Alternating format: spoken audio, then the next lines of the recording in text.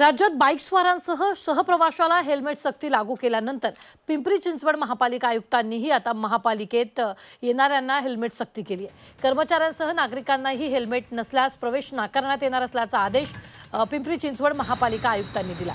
या संदर्भात सहाय्यक आयुक्त उदय जरांडेंशी बातचीत केली आमचे प्रतिनिधी कैलास पुरी यांनी।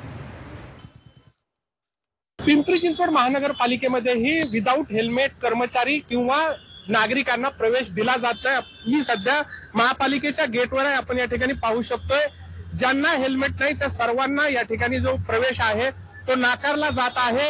एकूणच गेले काही दिवस अंमलबजावणी जी आहे त्याच्यामध्ये शिथिलता होती, आता मात्र ही अंमलबजावणी जी आहे ते अत्यंत कडक पद्धतीने करण्यात येत आहे। नेमकं महापालिकेचं काय आव्हान आहे आपण जाणून घेऊ। सुरक्षा अधिकारी आपल्या बरोबर आहेत, काय सांगाल, काय आव्हान करताल नागरिकांनी कर्मचाऱ्यांना जे या ठिकाणी येत आहेत?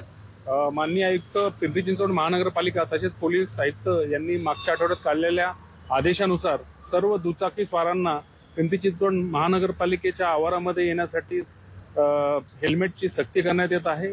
जे दुचाकी स्वार हेल्मेट घालून येत नाहीयेत त्यांना इथे आतमध्ये प्रवेश दिला जाणार नाही। हे त्या दुचाकी स्वारांच्या सेफ्टीसाठी फार महत्त्वाचे आहे।